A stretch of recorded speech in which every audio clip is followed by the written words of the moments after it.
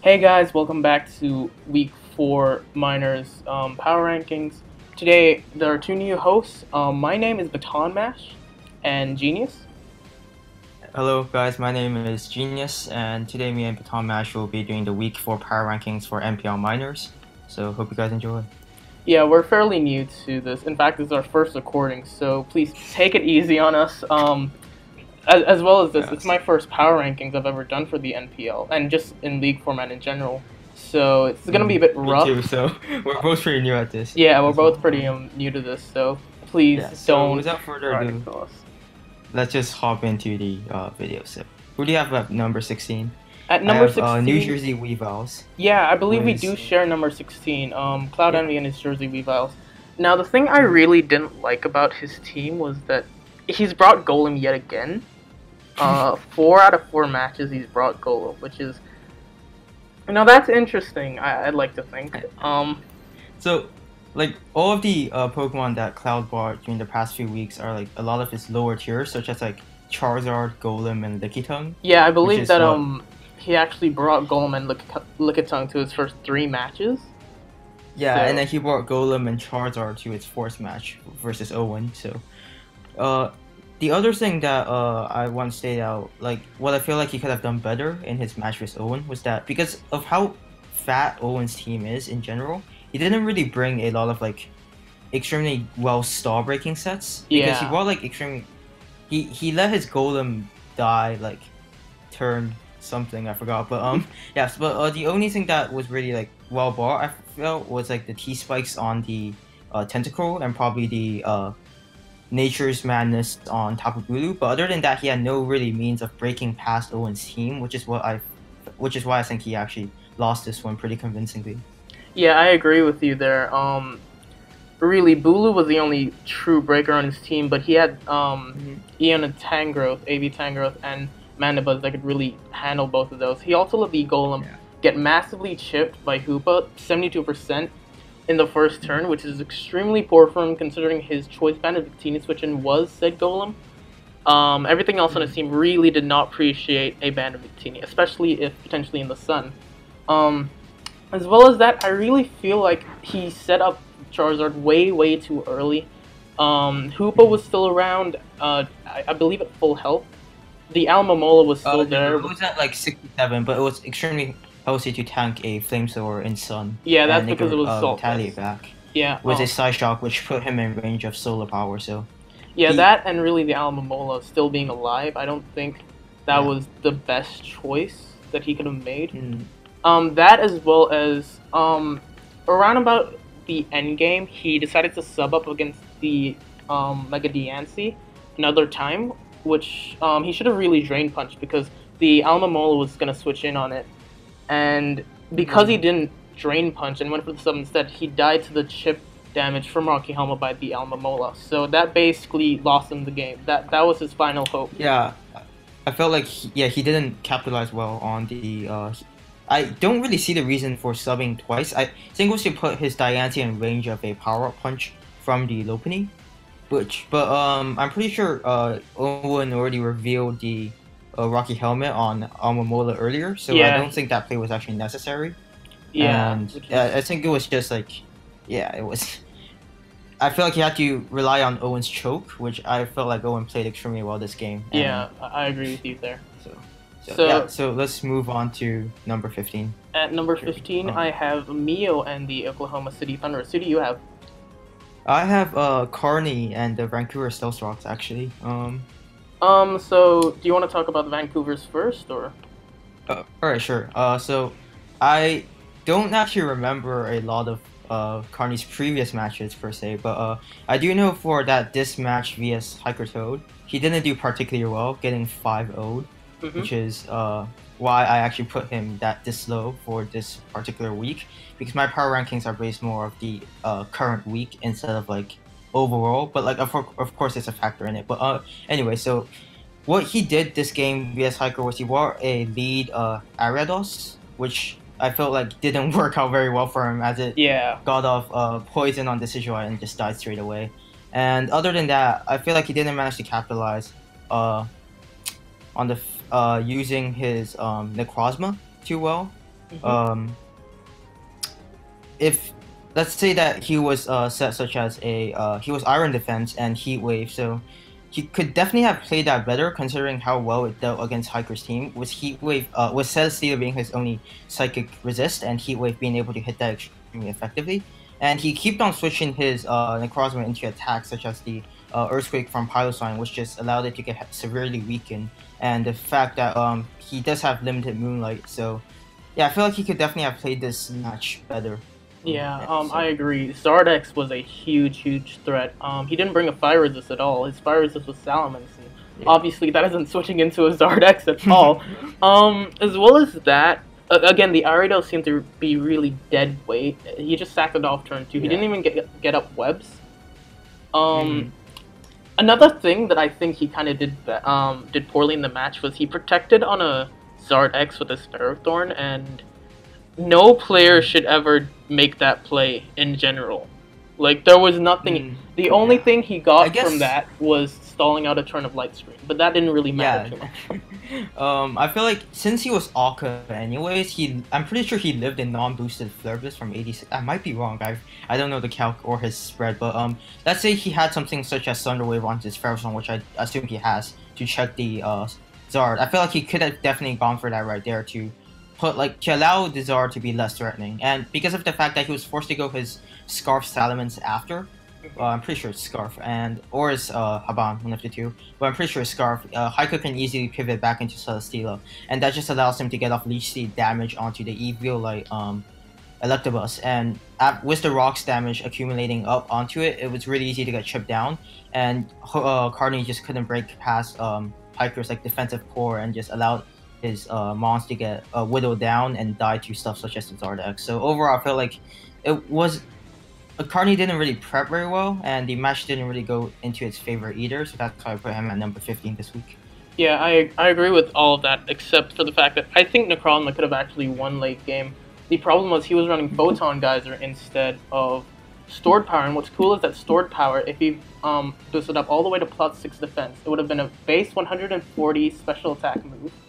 And the fact that it has... I feel like he could also have brought Psychic as well instead of Photon Geyser.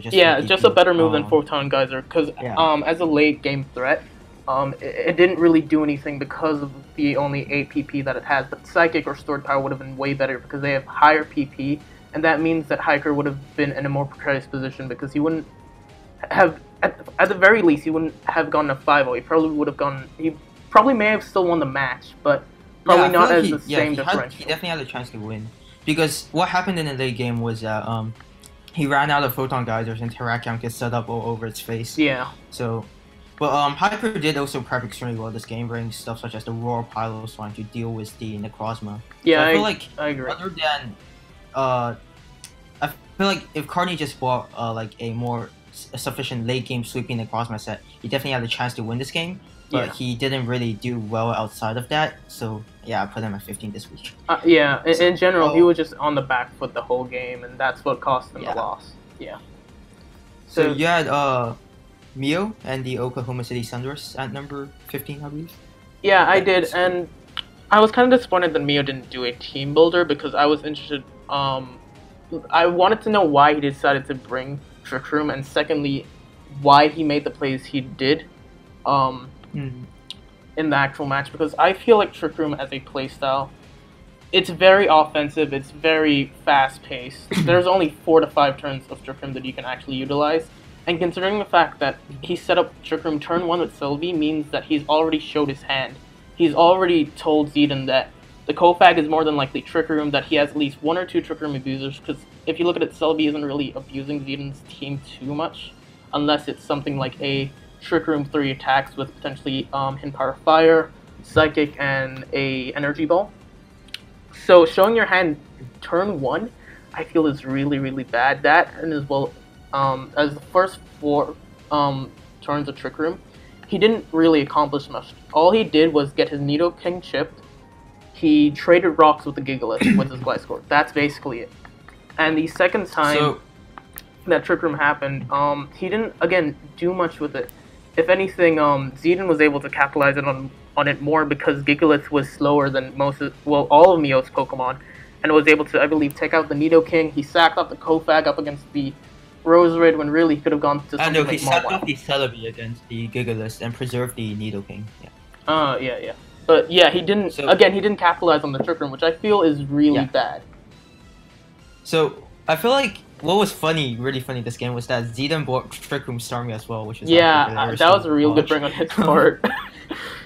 And but the reason I put Mio a bit higher this week was because I feel like he actually managed to put up decent pressure in the mid game, being able to take out most of Zidane's mons actually. And in the late game, I feel like Mio definitely had a really chance to win until like the last few turns, where I believe he kind of misplayed a bit around the Clefable with his Mega Mawile, going for the Fire Fang instead of just killing up his Play Rough. Because I definitely felt like the combination of his Keldeo and his Gliscor could have definitely won this game if he didn't misplay at the end or try to overly predict the Scizor on the incoming switch in, which is why I put him a bit higher this week since he actually had decent momentum the whole game. Yeah, and he could have actually won in the end game. I think he should have roosted because if you see the turn where Kofag goes for the momentum under Trick Room, you'll see that actually Roserade reveals Energy Ball. And in my mind, when I see that a Roserade has gone for Energy Ball, I'm thinking that it's more than unlikely offensive and or speed invested. Because if you're going to run defensive Roserade, I'd like to think you'd run either Leaf Storm, or mainly Giga Drain. So I feel like mainly Giga Drain. Yeah, I feel like he honestly should have just roosted with his Gliscor instead of gone for something that was potentially a roll. Yeah. So another thing that was like pretty obvious was the fact that he actually brought Gigalith, so it wasn't likely that his Roserade had Synthesis. Yeah, so that also probably gave away that he was going to be an offensive variant. And I feel like if Mio just capitalized on that fact, end game, he could have definitely won this game. So yeah, potentially. Although what I will say is that I really liked his the way he used Keldeo this match, especially early to mid game when Lando wasn't up against Keldeo. He just straight went for the Hydro Pump, which I felt was keeping good offensive pressure. Because while it does bring in Starmie, at least he was able to chip Clefable amazingly, even though he didn't actually take out the Clefable in the end with a small while. Yeah, so I feel like he went for the IC win on the Landorus, like bluffing Scarf potentially. Yeah. And because Hydro was able to do like 74% to the Clefable, which is huge for him. Yeah, so that was a really good play from his part. Yeah, so just in general, I think there's some bits where he shined, but really he just I think he just played poorly for some parts, and that really outshined his good parts. Yeah. I see.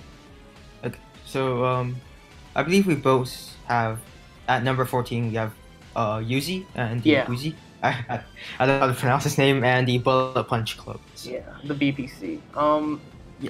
Looking at the matchup, Gallade kind of just 6-0'd.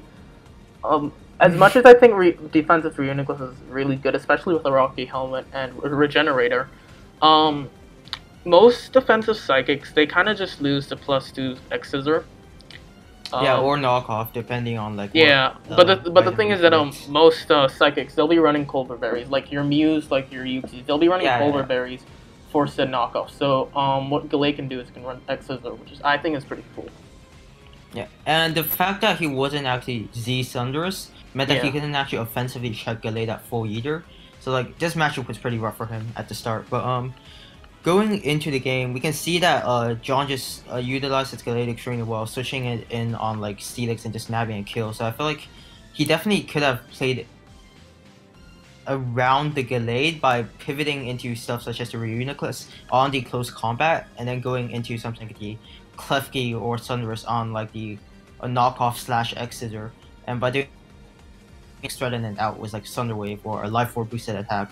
So I feel like he played a bit too defensively this game, considering how weak he was to the Mega Gallade and Lucky Helmet Reuniclus. So if he managed to pivot on the Gallade into his Reuniclus on the close combat, he was able to get off another 16% chip on the Gallade as well. So I feel like he definitely played a bit too defensively this match.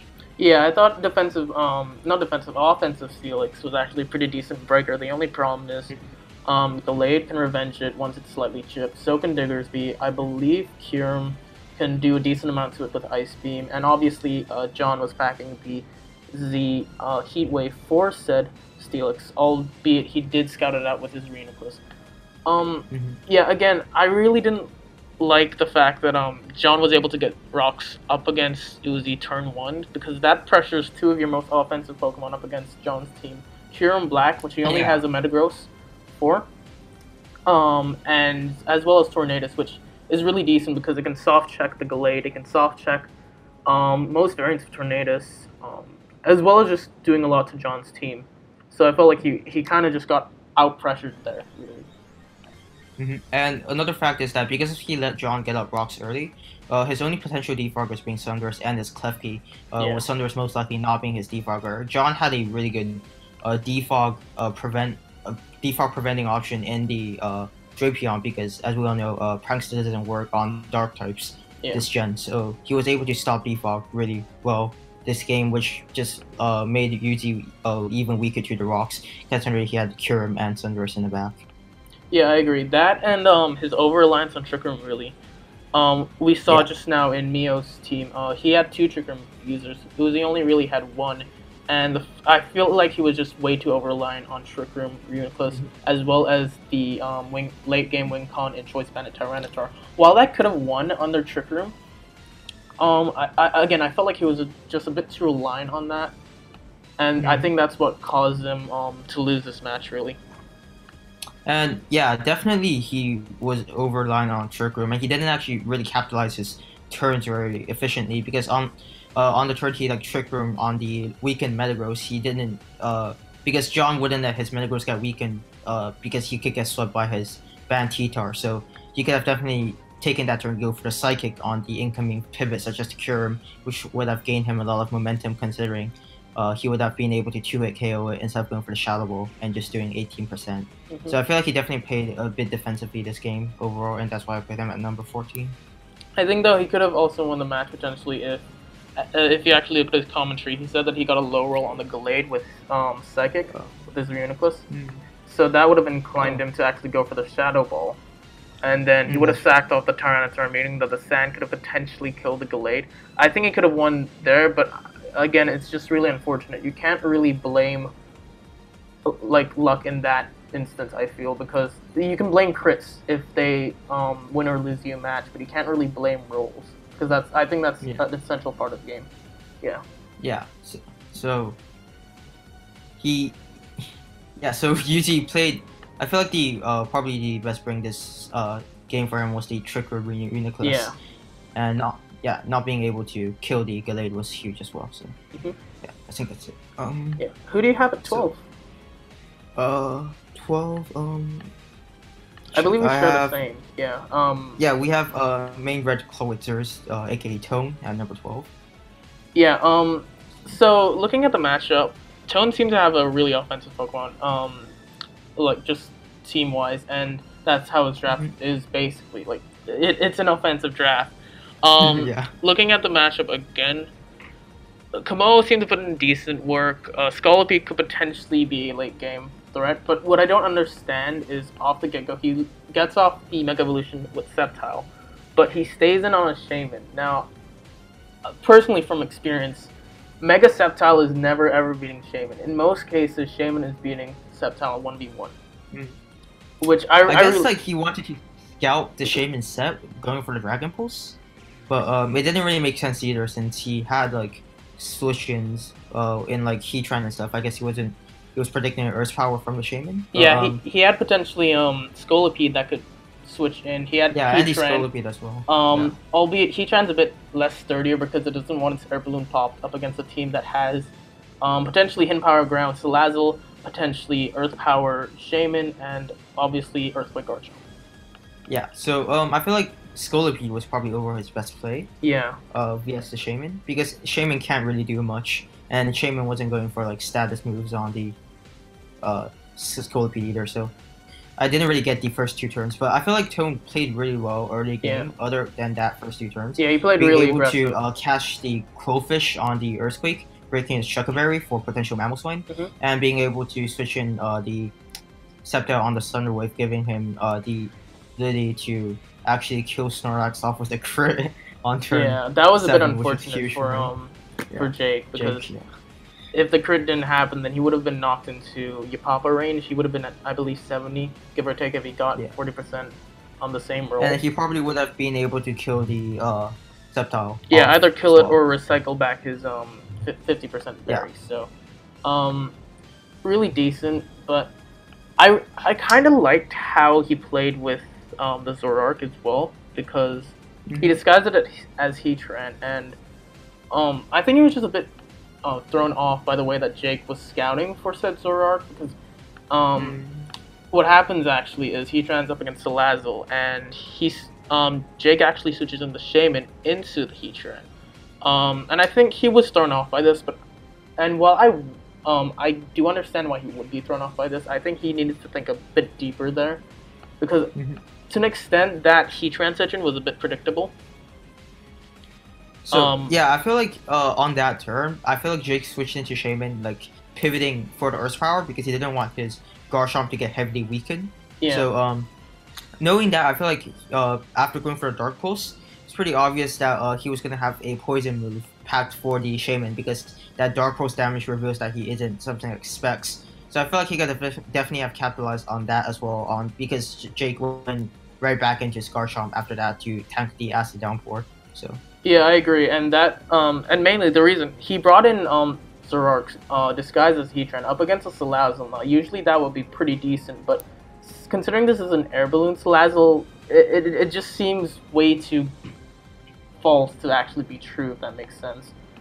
It just didn't seem like it was actually Heatran, but he was able to trade off Komodo for Garchomp, which I think was actually pretty decent for him, because late game Scolipede actually looked really good as a late game cleaner, as long as he got up a speed boost at some point and he was able to break the Salazzle's balloon. I felt like he potentially had a chance to win, but unfortunately he wasn't able to. Yeah, I feel like late game it was a lot of 50-50s between the two players, such as in the end he had he had to predict the Shaman. Wait, what was it again? He can either go for the Earthquake on the Salazzle and win with Heatran via Shaman, or he can go for the Mega Form, predicting Jake to go into Shaman to let his Scolipede die to Life Orb. So you get the idea. There was a bunch of 50-50s at the end game, and I feel like that's what lost him the game. So he definitely played really well, and with the match coming down to a few 50-50s, I feel like it can't really say who really had like a dominance or a huge lead in the game in general. Yeah, that as well as Heatran missing its Fire Blast against Shaman. That was another crucial turning point in the match, because it looked like Tone was winning the match if that Fire Blast hit, but Jake was able to play his cards right, get some 50-50s right, and ultimately take a W. Yeah, those hacks on both sides was like the Energy Ball crit on the Snorlax and the Fire Blast miss for Tone. But ultimately it was a really good game for both sides, and I feel like it just came down to the 50-50s. Yeah, I agree. Very, very good match. But let's move on to my number 11, and I believe your number 10. And that is Keegan and his Olympic Flygon. Now, this match was honestly... Sorry about that. I had to go for a second. But yeah, so at number 11, I have Indiana Keldeo saying you have the Olympic Flygons, I believe. Yeah, so we'll talk about the Flygons first. Honestly, I wasn't sure about... I didn't know how to feel about this match. Looking at Foghorn's Keegan's prep, it was really good, but I felt like he was obviously under the back foot because of the crits up against the Florges, both with the Sea Dazzling Gleam from Coco as well as the crit from Scarf and Fernip's Flare Blitz. That really put him under the back foot, as well as I believe just the Pikachu set, and as well as the Gligar set. That really threw him off guard, because at that point in the match, he had his Seismitoad, which was at 1 HP, his Alolan Raichu at 1 HP, and a dead Florges, which, in fairness, was killed because of hacks, but, I mean, there's nothing you can really do about that. That's just how the game goes. Yeah. I feel like Illusion definitely capitalized on that very well by going for the Z on the Forges and preventing it from healing up. And Yeah. along with the Pikachu set, it just weakened Keegan's defensive mons so much, with his Seismitoad and his Forges being extremely weakened, and his only switch-ins to the Flurbless being the Zygarde. And that can't really take a fighting stab from Infernape if it's offensive either. So I actually mocked Illusion for this game as well, I believe. And I feel like based on Keegan's team, he actually could have he could have capitalized on the terrain much more. I felt like because there was a lot of sets that he could have bought, which I felt like would have done extremely good against Illusion's team. Like one of them, like capitalizing on items such as Electric Seed would have been really cool to see as well. And potentially because, like a Thunder actually, Punch on a Mega Medicham, which I believe he did bring. Yeah, which he did bring that for the slow ball, which is good for utilizing Illusion's own terrain. And something like a Calm Mind, Electric Seed Forges with like Nature's Power would have been really cool as well to be able to hit the Empoleon. And but something that I feel like he could have been more creative with his prep to allow him to win this game easier. Yeah. So that as well as the Zygarde up against the Gligar. When he went for the Devastating Drake as the Gligar went for another Curse, he could have actually gone for Outrage.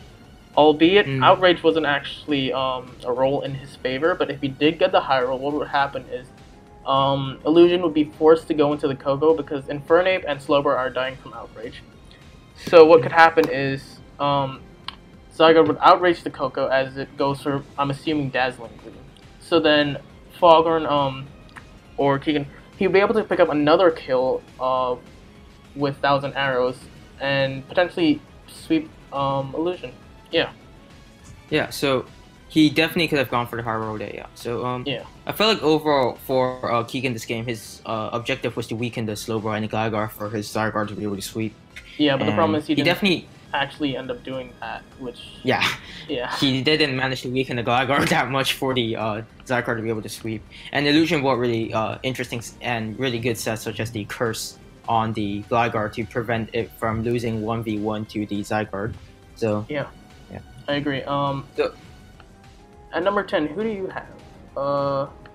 Actually, we both have Indiana Keldeos and the Flagons at number 10 and 11. So let's talk about the Keldeos next. First.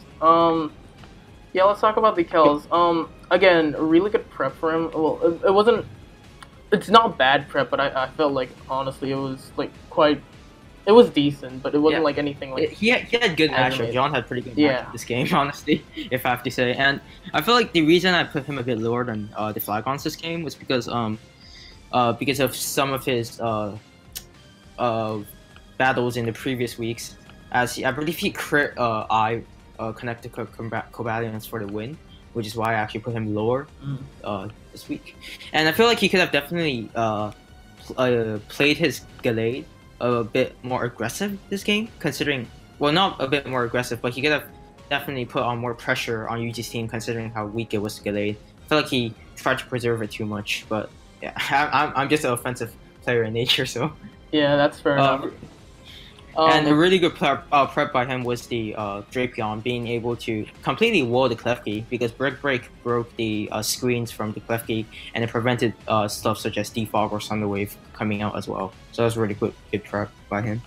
Yeah, I agree, but honestly, I don't feel like he needed to play Gallade too aggressively, considering its matchup up against Uzi. Again, really, only the Reunic was to take on the Gallade defensively, and offensively, he didn't have much to check the Gallade. He only really had Thundurus that could only really beat a slightly chipped Gallade or a relatively chipped Gallade. So I felt like he didn't really need to play Gallade too aggressively, though I do think he could have. And if he did, that may have put him in positions where he may have potentially lost the game.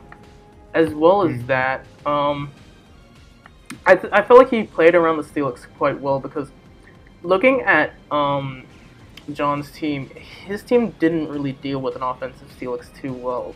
The Steel resists are Metagross, which isn't taking Earthquake, and the Earthquake resists is Tornadus, which isn't really taking a Gyro Ball or a Heavy Slam too well. So I felt like trading the Drapion for the Steelix, and then revenging with Gallade was actually really good for him. He did leave himself a bit prone to Trick Room Uniclus in the end game, and I felt like and with the roll, but honestly, that's just how the game goes. So. Yeah, I feel second Drake round early it made him a bit weak to the Reuniclus. Yeah. I also feel like another really good like plays on his part was being able to keep the rocks up consistently throughout the game. Yeah, keeping the rocks up again. That was a really crucial part because it not only chips the Sunburst in conjunction with the Life Orb, but it also helps weaken the Curum as well and stuff such as the Reuniclus, since it was Regenerator, I believe, so it can come in a bit less than what it's supposed to be at. But yeah, overall it was a pretty well played game by John. He didn't really have to play he didn't really have to bring anything very, very surprising to win since he had a decent matchup. So, yeah. Yeah, so moving on to number 9. I believe we both have the Tech Trophies and Jake. Yeah. So again, this match was really, really, it came down to 50-50s and there was halves on both sides. So I feel like the only reason we put him a bit above was because of the fact that he was able to win his previous week's games. And yeah, that's pretty much it. Yeah, what about you? Yeah, I agree with most of that. But he was really under the pressure early game because of Tone's aggressiveness.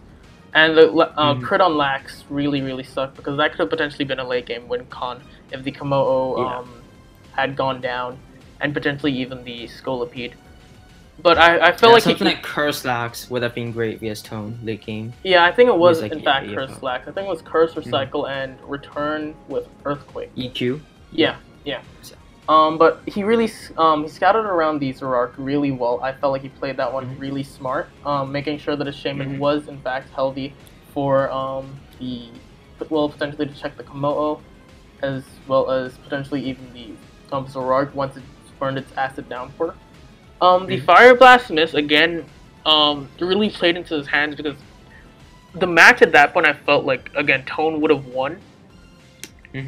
But since he was able to get the Fire Blast miss, I felt like he made the smart play by staying in with his Salazzle at the end up against the Scolipede, because what would have happened is if he had switched into his Shaman, on the Mega Horn and he died, then the Heatran just lived the HP ground and Earth's Power to kill the Salazzle. So. Yeah, but if the Scolipede actually went for Earthquake as Salazzle stayed in, then technically he still had technically Jake would still have a chance to win up against the Heatran 1v1 because he could have played off the fact that Fire Blast. Yeah, the Fire Blast could have potentially missed again. So honestly, he played his cards smart, and he was able to take advantage of the hacks that happened to Tone, and he didn't let the hacks that took down his Snorlax ruin his game. Yeah, and another good bring by him was the Balloon Salazzle, because it was able to prevent the Heatran from going for Earth's Power on the Salazzle. And it was able to put on much more pressure than what it without a balloon. So that was really good prep on his part as well as that. I felt like it could really soft check a Scolipede quite well, because unless it's running Aqua Tail or potentially even Rock Slide, then you can switch into both of its stabs. And of course you resist Earthquake. Well, you don't resist Earthquake, but you're immune to it if you still have your Balloon, which I felt like is really because good. Tone was because Earthquake was pretty obvious during that game, considering he had both Salazzle and the what would you call it, Quillfish. So he definitely capitalized on that extremely well by bringing Balloon. So. Yeah, that's it. We just played well. So just good. Didn't get tilted. So moving on to number 8, we both have the Las Vegas Venusaur and Illusion. So I think it was. I'm not sure about the Pikachu set. I understand the Gligar set. I understand the Coco set, even though that is kind of somewhat standard. But Taunt plus Calm Mind seems a bit overlapping. I feel like Roost and Calm Mind would make a bit more sense, but I just, the Pikachu set really caught me off guard. The Mono Walled by Pikachu set. I feel like the Pikachu set was kind of like an emergency check to stuff such as Medicham or Zygarde, I want to say, being able to bring them down to 1%. I'm not really sure, but it definitely did work out for him, considering he was able to bring down the Seismitoad and the Alolan Rush. So Yeah, it ended up working out for him, but he wasn't actually packing any priority on the Pikachu, I don't believe. He wasn't even running extreme wow. speed. So it wouldn't be able to... Well, it could switch into his Zygarde one time and endeavor it down, but it wouldn't actually be able to kill it off, which Take is the it out, problem. yeah. Yeah, So, the hacks up against the floor just really played into his hand because, well, that base it killed Florges, and Florges really put in a lot of work up against Illusion's team. It could potentially wall out a Coco if it isn't boosted, but seeing as it is up against Florges, it would be boosted, and it could potentially stop the Slowbro and stop the Infernape as well. So the yeah, fact that and I also believe without the crit, it lived the Flare Blitz from the Infernape, which would have been huge because I believe Moonblast into recoil killed from that range. So yeah, so he could have yeah, wished up as well, preserving his Florges and staying, yeah, and making sure that the roll didn't actually matter. so he definitely had a really good chance to win that game with his floor. I mean, that's not Illusion. That's Keegan. What am I doing? I feel like Illusion played extremely well, but even after he got the crit on the Florges, he was able to capitalize on well by cleaning off the Florges with the Flare Blitz from Infinite and using Curse Gligar to be able to check the Zygarde efficiently. Yeah, I think really his prep as well as to an extent the hacks on the floor just really won him the match. I think especially his prep, the fact that he brought a Pikachu set that is again unorthodox, and I don't think is actually decent in this matchup considering the fact that it's mono walled by a Seismitoad, and I don't think it has any priority. But yeah, his prep with Gligar, and to an extent even Calm Mind Coco, because that seems like a pretty decent win condition up against Yeah. Keegan's team. Yeah, just the prep and the critting of the floor just won him the match. Yeah, so other than the Pikachu set, I believe he played extremely well that game. Yeah. So. But the Pikachu set worked for him, so what can we say? Yeah. I mean, that's just Pokemon. So, yeah, that's it for Illusion. And I believe next we both have Connect-Covaliant and I. Yeah. Who hasn't been having the greatest season so far.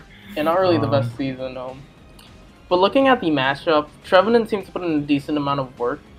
But despite Trevenant still being there, his team looked very, very weak to Azumarill. Just any variant of Azumarill really. If it was Belly Drum, as once the Trevenant was chipped or even killed, then Belly Drum Azumarill could have just straight won. I don't know what Trevenant's base speed is, but I think if it's slower than Azu, regular Belly Drum Azumarill was knockoff just won the game after the Ladi got weakened, right? Yeah, as well as the Ladi getting weakened. I think it's base 60. Don't quote me on that. So if it was he might have speed creep the Azu, you never know, but I didn't really watch his team builder yet. But I feel like the turn 1 burn was also huge for him because that meant that his Cobalion couldn't really do much damage than what he originally wanted to. Yeah, that and it being chipped progressively by the burn. Even though it's 6% this generation, that's still 6% that Cobalion doesn't want to take.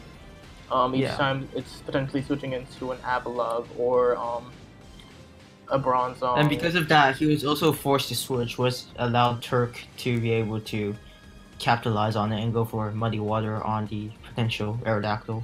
So, and the Trevenant was a really, really cool set. It was Sub-Leech Seed. Yeah, Sub-Seed Trevenant seemed to be really good in this match. The one thing I didn't really like about it is that up against the Goodra was at 8 or 9%. He shouldn't have gone for the Sub-Seed again. He shouldn't have really fished for the Citrus Berry, I don't think, because that left it a bit more prone to Landorus, as well as even potentially the Azumarill and the Thunderstarian, all of which seemed to really threaten his team. If his only attacking move was Phantom Force, then I guess that play made sense, because he would be at a higher health percentage if he got the Citrus. But I'm not sure. I think it would have worked out either way. But yeah, Sub-Sea Trevenant was an extremely cool brand this game. And, yeah. I think another place where he misplayed was, I believe he sacked off Yeah, I think turn 19, Landers Eye up against Trevenant, and he sacks off the Trevenant. In his commentary, he said that that could have been modest HP Ice Landers, but I really I was a bit surprised that he didn't actually know that Hidden Power Flying would be viable on Landers, considering it is actually stab boosted and it is its best special flying move to hit it. That as well as I sacking feel out like the Trevenant. he might be predicting the gravity from Elandris as well because of how obvious the Rotom Heat is. But Well, again, that's just the Landers Eye was carrying Rock Slide, and since that's boosted by yeah, Sheer that's Force Life true. Orb, Yeah, that's it true. just 2 KOs the Rotom Heat. Yeah. I felt like he should have sacked Cobalion in that position because Cobalion was at, I believe, 30-ish%. It was burned. Not that it had any physical attacks, I don't think. But it didn't really seem to do anything. It was just sack fodder, and I believe he should have sacked it then. Because then he could have gone into something like the Aerodactyl, which he did go into once he sacked the Trevenant, or potentially even the Latios, and gone from there. Because Trevenant seemed to have a lot more utility than what Cobalion offered at that point in the match. Yeah, because like if Turk didn't manage to prep, if Turk didn't have what do you call it? Because Turk had Aviazu, he didn't have to risk his Latios dying to the play rough. He could have just gone Trevenant instead in that scenario if you preserve it over the Cobalion. So yeah, I feel like that was definitely a misplay as well. Yeah, that and potentially fishing for the roll up against the Azumarill. I believe it was heavily in Turk's favor for the Azumarill to not die from a Z Thunderbolt, especially since the Latios wasn't actually fully invested in special attack. That and really the Doug Trio staying around, because if you look at Turk's team, Doug Trio doesn't really do much. I believe Azumarill kills it with Aqua Jet. It isn't trapping the Bronzong. It isn't trapping the Genies. Avalugg kind of 1v1s it unless it's I believe sub-reversal or if it's running Toxic. But even so, again, I'm the pretty sure Avalugg, reversal still does like 20% yeah, to it probably still just bounces off Avalugg, and and it's only really it was brought for the Houndoom, but since the only thing that he brought that was quote unquote trappable was the Goodra, and considering the fact that that what actually ended up happening was the Trevenant actually beat the Goodra 1v1, I felt like it was honestly just dead weight. I understand why he brought it, but I felt like he could have, if anything, he could have prevented his Trevenant from being chipped, and he could have potentially even just not go hard into the Doug Trio, but use Doug Trio to trap Goodra more effectively, or just trap Goodra in general. Yeah. Yeah. So, after Goodra got weakened, he could have used the Doug Trio to trap it, and I feel like he didn't know that the Azumarill was a Silt Vest variant when he went for the Electrum Z on the Azumarill. Yeah. Because it could still have been a Belladrum variant if he predicted that, and which would have secured the Electrum Z to KO. So that was pretty good like bait and prep on Turk's part. So I feel like he probably didn't expect that, and that's another downside on being second Trevenant early in that game, because he had to go for the Electrum Z because that was his only means to revenge, and because Turk brought Aviazu, that put him extremely behind because Turk still had the 2 GDs left, and his Latios was one of his main ways to revenge kill both of them. So yeah, so early mid game, he started off pretty decently, but kind of fell off towards the end game because of the Genies as well as the Azumarill. So moving on to number 6, I believe we both have the Tulsa X schedules. And Lord Zedon. Yes, we do. Yeah, we do. Yeah. So I believe Zedon played Mio this game. Yeah, this week. First things I want to just say, props to Trick Room Stormy. Props to Trick Room Stormy. That set was amazing. Knowing that Mio would bring Trick Room up against him. I'm not sure whether Mio's brought Trick Room before this season. I may be wrong. He could have potentially brought it. I think he might brought it week 3. I'm not sure. Yeah, but just the Trick Room don't quote me on that. Yeah, but the Trick Room on Stormy, even if he didn't bring Trick Room on Mio, I think that's just still golden. As well as I feel like Z didn't actually predict the Trick Room for Mio. But it worked out for him. So it's props to him. Yeah, if anything, the Trick Room worked out for him because he had a Gigalith that was slower than everything on Mio's team, and he was able to in the first instance of Trick Room getting up, he was able to really neuter it and make sure that Mio wasn't able to do anything with the Trick Room by pressuring his team with Gigalith, which seemed to have a really decent matchup offensively because Nido Queen, Mawile are both weak to Earthquake, and Gliscor, Celebi, and to an extent Kofag don't really want to take Stone Edge, and Keldeo again can be hit by Earthquake. I feel like Zidane bought Trick Room Starmie for the purpose of the Keldeo. I might be wrong, but yeah, he may have potentially brought it for that. Yeah, to revenge it easier, but yeah, other than that, he played extremely well this game as well. Yeah. Used his Gigalith extremely well, and the Trick Room turns, of course, being able to keep rocks up on the field, and yeah. So I guess the only misplay that I could see is going Hard Clefable. Yeah, Hard Clefable. That's the main thing I wanted to point out. On the Keldeo, when he had a perfectly healthy Starmie, I believe, in the back. Yeah. And it was not even offensive Starmie, so it could have tanked both the Icy Wind and the Hydro Pump extremely comfortably. So I didn't see a reason for him to go hard into the Clefable right there. I guess he could have predicted Mio to double into his Kofag. Or potentially Mawile. I feel like Starmie was still the best play overall. Yeah, Starmie I felt like was the best play overall. As well as the Lander set, even though it was walled by Gliscor, it was still really good at doing what it had to do, which was shutting down the Mega Mawile set, because I believe he was running Protect, Earthquake, Stealth Rocks, and a filler move. But yeah, that would be able to stall out the Sucker Punches from the Mawile. Obviously, Landorus outspeeds Mawile unless it's under Trick Room.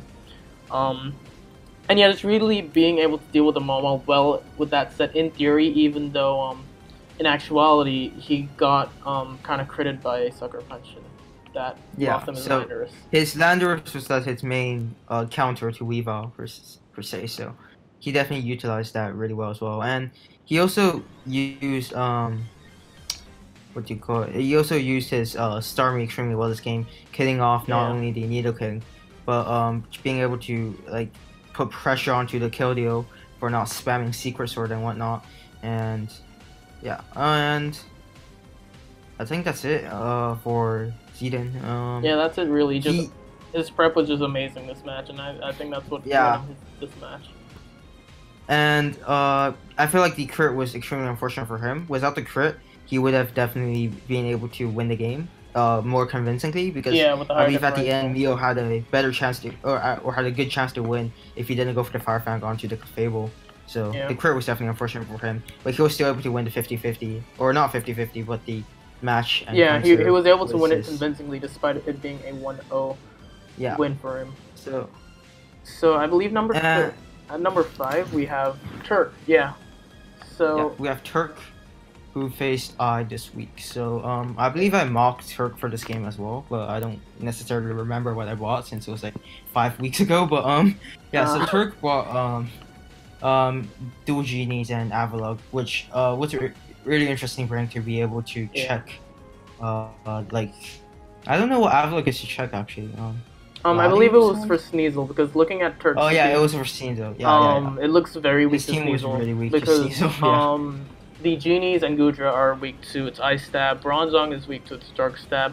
Azumarill doesn't like having its item knocked off, and Sneasel could potentially be running a Poison Jab for the Azumarill, chipping it down to 0. Yeah. And he probably wouldn't expect I to ring low kick on if he bought Sneasel, because nobody really rings Avalugg, really. Yeah. Yeah, so overall I feel like Turk played this game extremely well, or the game, being able to catch the Trevenant was the HP flying, or was it HP flying? Yeah, it was super effective on the Rotom. No, that was from the Thunderous. That was HP. Oh wait, no, I'm these Genies are messing me up. Yeah, they're quite confusing. But I feel like Turk actually struggled early game because of the Trevenant set. It was able to he was able to hacks down. Well, not really hacks down, but he was able to get the burn off the Cobalion, which basically meant it was getting chipped off a lot quicker. The Sub-C Trevenant really annoyed his team, I feel. But since he was able to basically sack up his Goodra, but still able to pressure and eventually kill the Trevenant, I felt was really good for him. Yeah, and I feel like another reason this Trevenant did like a huge did so well vs Turk's team was I don't believe he had Ice Stab on his Avalon. Yeah, he was running Toxic Superpower, and I didn't understand. I get the superpowers for Sneasel, but considering Yeah. Sneasel has the defenses of a Wet Blanket, you can just Toxic it, or you can afford to just go for Avalanche, and just Yeah, so yeah, not having Ice Stab just allowed Trevenant to set up all over his face. And because like Avalon was pretty useless this game, considering Sneasel didn't even come, if he bought Ice Stab, he could have prevented the Trevenant from doing much more work than it should have. So yeah, I agree. But Azumarill came in clutch for Turk. He was able to. yeah, the AV Azumarill was like huge. Like looking at the matchup when I was prepping for him, I definitely did expect a Belgium variant, and him bringing Assault Vest, which is such a good variant because what that means is that he can't what if I expected the Blade Drum and he goes into Latios to go for the Electrum Z Gigavolt Havoc to Revenge, and it would actually be able to tank it, and that's a huge threat out of the way for Turk. So I felt like the AV was extremely good, like lure set as well as prep this game. So, yeah. Yeah, I agree. And in the end, because of the way that Azumarill broke, the way that Azumarill broke IA's team, that and the Double Genies were able to get him the win, which I feel. Yeah, because like I believe this game Turk just played extremely like textbook, being able to Yeah. weaken I's whole team was the genies, and then sweep was or clean up was like a Azumarill in the end. Yeah, for the most part, most all of his sets, they were just perfect in this match, and I feel like he didn't really have to play too aggressive, or he didn't have to make any plays that he wasn't forced to in order to win this match. I feel like it was a very close one, but it's one that his prep won him. Yeah, and like even if I like went for the aggressive play such as going for the crunch on the Bronzong, he was still able to bring it back because of how lenient his team is.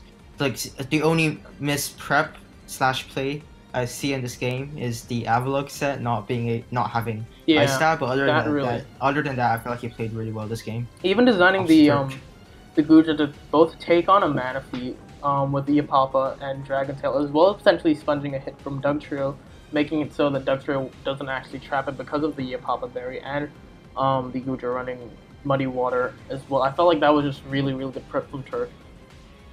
Yeah, so it was really good, prep and play by Turk, other than the slightly weird Avalok. But yeah, so moving on to numbers 3 or 4. Actually, number 4 actually, Line Star Latias and Eon or Owen. Yeah, Owen. Sorry. Looking at the matchup, his fat basically carried him. That's really all I have to say. Yeah. So Cloud Envy just didn't bring any. He brought some breakers, but he didn't break the best with them.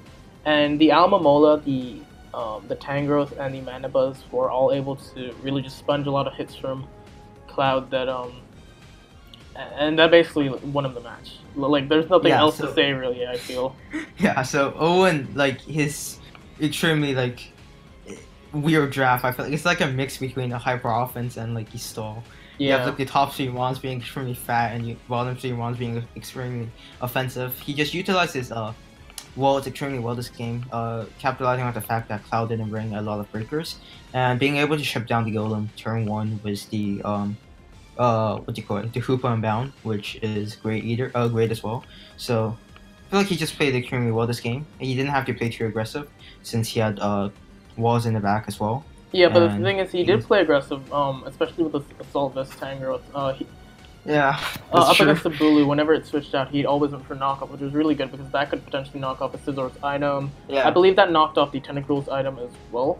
And actually, a play that I found interesting was he switched in his Almamola up against the Tentacruel once it set a 1 Toxic Spike instead of 2, which I felt that was really smart from his point, because if that Almamola had switched on 2 layers of Toxic Spikes, it would be taking progressive Toxic Spikes damage, which I felt is really bad for Almamola, because it's fine if it takes 12% shift because it is just that fat, even though it is annoyed. But if it takes progressive 6%, then 12%, then 18%, then that really neuters its walling capabilities.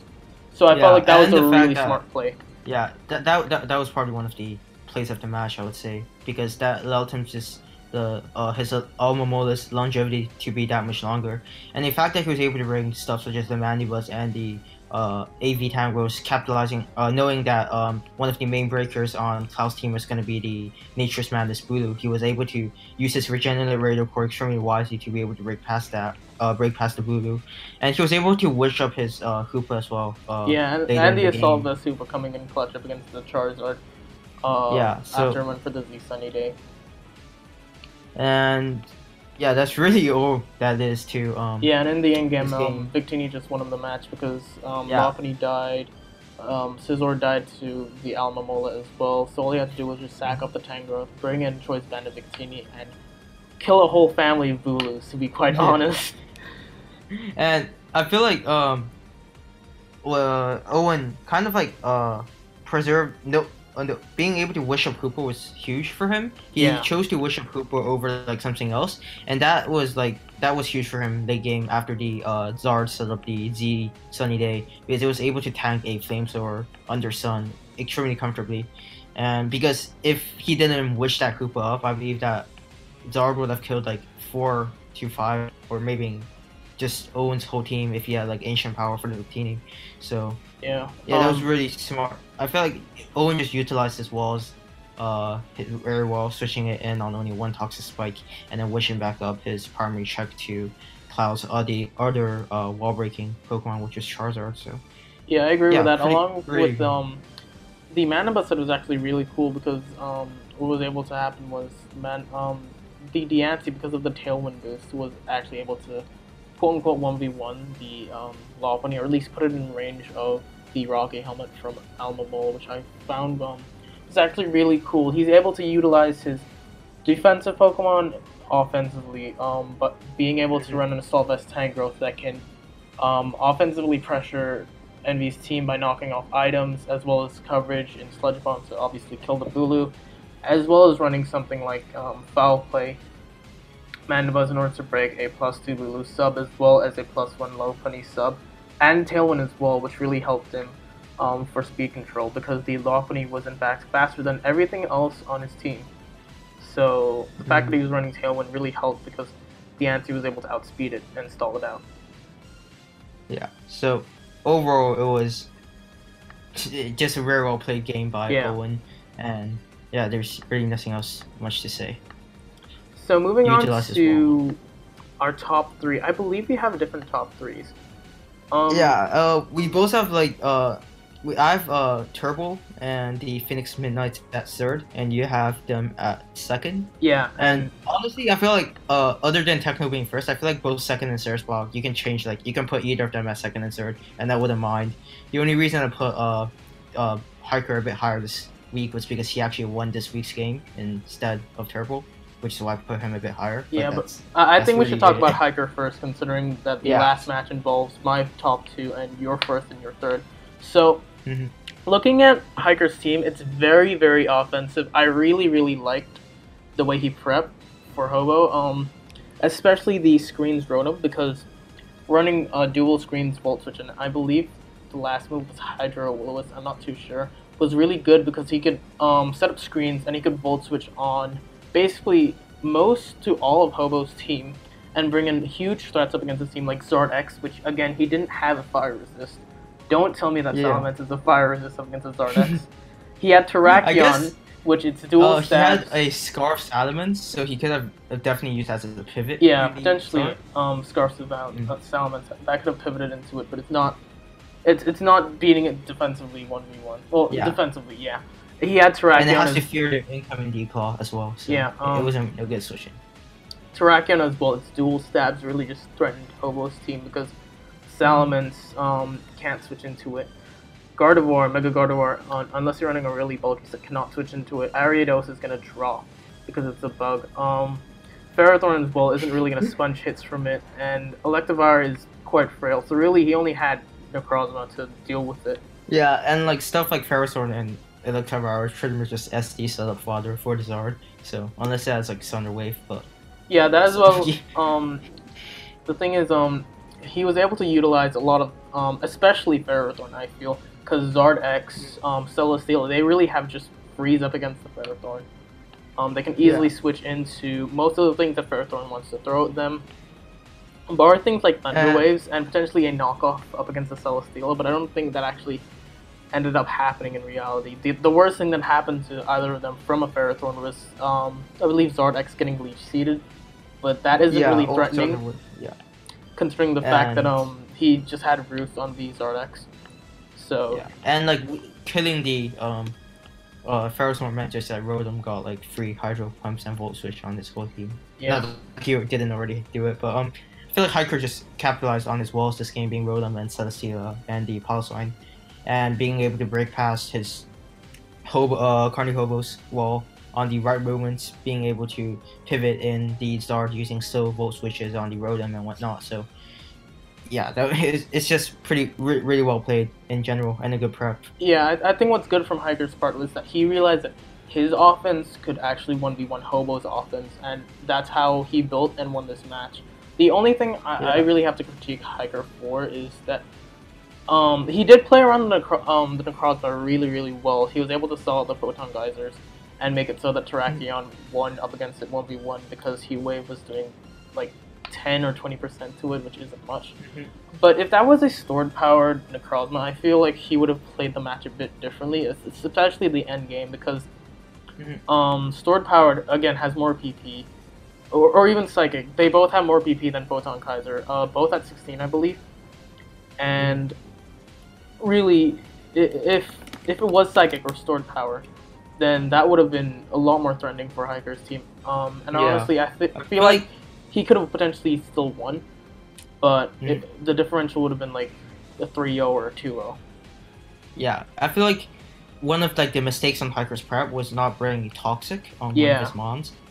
If he had Toxic on like Piloswine or Rotom or even the Terrakion, I feel like this would probably have been a 6-0 honestly in his favor, because the late game or the last mon, Necrozma wouldn't be able to sweep Hiker's team even if he didn't have Photon Gazer. It's because Roar Piloswine checked the Necrozma when Carney had more than 2 mons, and if he had another Toxic mon, then it prevented it from sweeping last mon. So I feel like that's the only misprep on this part, but I do believe he could still have won, and he had reasons to bring like screens on Rotom and like dual stab and priority. He just played this match really well. Yeah. So, and I believe he's also switched to Z Terrakion. Okay. Beak 6 as well. I don't know if I'm beaking, but like yeah, I talked to him in PMs, but he's gonna be switching to Z Terrakion from the Z Celestia, and I feel like that just allows him to use his Celestia as a much better wall, and his Terrakion as a much better breaker. So. Yeah, I agree. But moving on to my top 2 and your top 1 and top 3, we have. So we only have one match left to cover, which I believe was actually one of the best matches. Yeah, I think it's the best match of the whole week, if I'm being perfectly honest. Probably even the I feel like this match was this week was full of extremely exciting matches. Yeah, like a lot of the matches this week were really hard to rank because they either were 1 or 2-0s, or in the case of Carney-Ho up against Hiker, Carney could have at the very least lowered that to something like a 3-0 or a 2-0. So it was really hard to rank all of these teams because they didn't really lose. A lot of the wins are like based on 1 or 2 small mispreps, like the one or two crucial moments in the match. I'd say the only really big loss would be the Jersey Weavels. Even though it was a 2-0, I felt like it was a decisive 2-0. Yeah, Owen had like momentum the whole, or not momentum, but like momentum the whole game. Being able to wish up his hoop and stuff. So yeah, so this match was really exciting for us to watch, and it's gonna be between our top 2, Techno and this Turbo. So you want to talk about Turbo first? Just really good prep from both sides. I think the Fizz Def Scyther was actually a really underrated pick. And a really good one at that, because it was able to check the Buzzwole, potentially a non-toxic Steelix, as well as a non-Stone Edge Zygarde 10%, which based Techno actually said that he was going to run Stone Edge in his commentary, but he forgot to change it from, I believe, Superpower or Earthquake. So that was a hindsight on Techno's part, but Arcanine up against Techno's team, really threatening. His fire resist is Greninja and Psydog, both of which take around about 50% from Flare Blitz from Yeah, offensive because stack. and what because I actually mocked Techno for this game as well, and I brought a banned arc, which actually threatened his team a lot because, Yeah. as you said, his fire switches aren't that bulky. So I felt like he definitely played. Techno capitalized on the played around this Arcanine extremely well this game, and going back to Turbo, the Scyther, as you said, was extremely underrated pick. And what I really liked about the Scyther was because if you look at Techno's team, his main switch-ins to the Scyther are going to be either the Steelix or the Buzzwole, most likely the Steelix, because Buzzwole won't be able to tank a aerial ace. So being able to U-turn on the Steelix into his offensive mons, such as Arcanine or Tapu Fini, would just give Turbo a lot of momentum, which is why I really liked the fact that he brought Scyther this game, because allowing him to get free switch-ins to either Fini or Arcanine on the Steelix was exactly what he needed to be able to weaken Techno's team. Yeah, even if there were rocks up against Turbo's Yeah, team, he had Roost as he well. still had Roost as well, Yeah. which I feel was key. But again, Scarlet Arcanine really put in a lot of work. It was able to burn the Sylveon, which is unfortunate for Techno, but because that meant that Arcanine would be able to kill the Sylveon if it did want to switch in. But I felt like Turbo had a lot of really decent momentum early game. I felt like where he lost his momentum was when the Cryogonal switched into the Tapu Fini, because I felt like the momentum from there just kind of he just lost the momentum. I feel like on the turn that the Cryogonal went into the Tapu Fini, Turbo shouldn't have default because it was pretty obvious a Rapid Spin or a Freeze Dry was coming. Yeah. So I feel like if Techno went for the Freeze Dry, then his team was going to be extremely chipped down by rocks. So I feel like he could have definitely made an aggressive switch into something like the Hitmonchan, the Arcanine, or even a Nihilego, depending on their HP, which I can't really tell right now. But he could have made the aggressive switch because Rapid Spin / Defog was a bit, I don't know, but I mean, I understand the default play because he doesn't want his Arcanine shipped down already. Yeah, Because that's true. if the Arcanine's shipped down, it's gonna be coming in at what, like 45% in that instance, and if it goes and Flare Blizzes the Sylveon, which Techno was more than likely gonna sack in that instance, then it will be at a really low amount, and it wouldn't be able to switch in back into rocks unless the Fini went for the defog. So I felt like the defog was fine, but I felt I feel like I just had a brain fart that moment. I thought Rapid Spin got rid of Hazards on both sides for a moment there, but yeah, you're perfectly good play. And another bring that I felt like was really cool on actually Techno's part this time was actually the physical Greninja, because I believe Turbo has I'm not so sure, but I believe Turbo has the Rosary, or is it something else? I'm not sure, but yeah. So because he brought physical Greninja, he's able to much more like I believe adamant, and a gunk shot's gonna be able to hit the Phoenix extremely hard, and the waterfall is gonna be able to OH kill the Nihilego, because Nihilegos has piss weak, fist death, and actually decent yeah, that's a good bring on Texan's part. But going back to Turbo, he played it early game extremely well, being able to U-turn and force kill off the Sylveon. So yeah. I felt like Turbo did play a really decent early game. He lost some momentum because of the Cryogonal. But a criticism on Techno's part was the fact that he didn't pop the Z move up against the Fini. If you're running a Z lure, even though it's kind of common that you'd run Gunk Shot on a Greninja for Fini, I feel like he should have went for it first time, because what would have happened is that Fini would have been severely chipped for something like the Buzzwole, or even for a Gunk Shot from the Greninja, and the fact that he didn't go for it kind of made it redundant, because he didn't go for it at all throughout the course of the match, and all he did was really U-turn up against the Fini. Yeah, and I believe Turbo this criticism on Turbo's part, his Nihilego, I feel like he underprepped for the Steelix in terms of Nihilego's part, honestly. Not, which doesn't actually do much to Steelix, I believe, but I don't know. I don't know the calc, but something like Gloom Doom could have been pretty good as well on Turbo's part instead of Shattered Psych. to be able to just put much more pressure on the Steelix because as we saw, Steelix ran rampage this game after the Arcanine went down because it was able to check the Scyther and even tank a HP ground from the Latios extremely comfortably and roar consistently spam roar with Roxo. So yeah. Yeah, I think he should have probably brought Bloom Doom instead of Shattered Psyche because while I do understand it is for the Amoonguss, you have the likes of Scyther which can soft check it. You have the likes of Arcanine which can switch into it pretty decently. You have Misty Terrain from your Feeny, so it's obviously not gonna go for or more than likely isn't gonna go for Stun Spore or Spore. So you can switch into your Latios most of the time and beat it 1v1. So honestly, don't understand the Shattered Psyche because he did say that his win con in this match was going to be that Calm Mind Mega Latios, but considering he didn't actually really need to lure the Amoonguss for it, I felt like it was a bit redundant. Something like Bloom Doom for the Steelix, which actually really threatened Turbo's team because if you look at it, Nihilego dies, Arcanine can die. This Toxic would be able to hit the Scyther, and that would be really problematic, or potentially even a Rock Slide. Feeny doesn't really want to get chipped down by Gyro Ball or Heavy Slam or Earthquake, and while Latios can take it on most of the times, again, it doesn't really want to catch a Toxic. And Hitmonchan is relatively frail on the physical side, even if it's boosted. So again, it doesn't really want to switch in. So I felt like running the Z Grass Knot would have been a really smart prep on Turbo's part.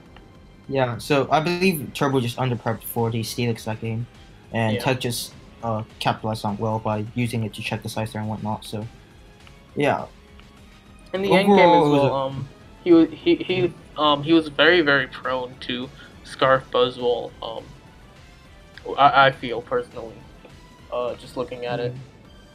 Because Feeny was already chipped down from the Zydog. The Scyther, well, it could tank a hit from Stone Edge, but it's again Stone Edge can crit, and he has to be at near full in order to tank the hit. And obviously, Hitmonchan isn't going to want to take a Poison Jab or potentially a Drain Punch. Yeah. So. And the final thing I have to say for this match is the Gyro Ball Roost Choke by Turbo. He SDs on the Steelix stalling out its Gyro Balls, but he forgets to Roost up. Because on turn 41, what actually ends up happening is he goes to the Wing Attack. His play was to always Roost up because obviously Steelix cannot roar him out. He has no Gyro Ball PPs left. He has Stealth Rocks, and going for Stealth Rock there is a choke because Earthquake was definitely his play because that would have done around about 10% to his spread, I believe. And that means that Stone Edge, if Stone Edge got a really high roll, I believe the two highest rolls, or if he got a crit, then it would be able to win him the match. But the fact that he didn't Roost up meant that he actually ended up losing the match. His only play then was to hope that Stone Edge would miss the Scyther, but it didn't actually end up missing, and he was punished for that choke.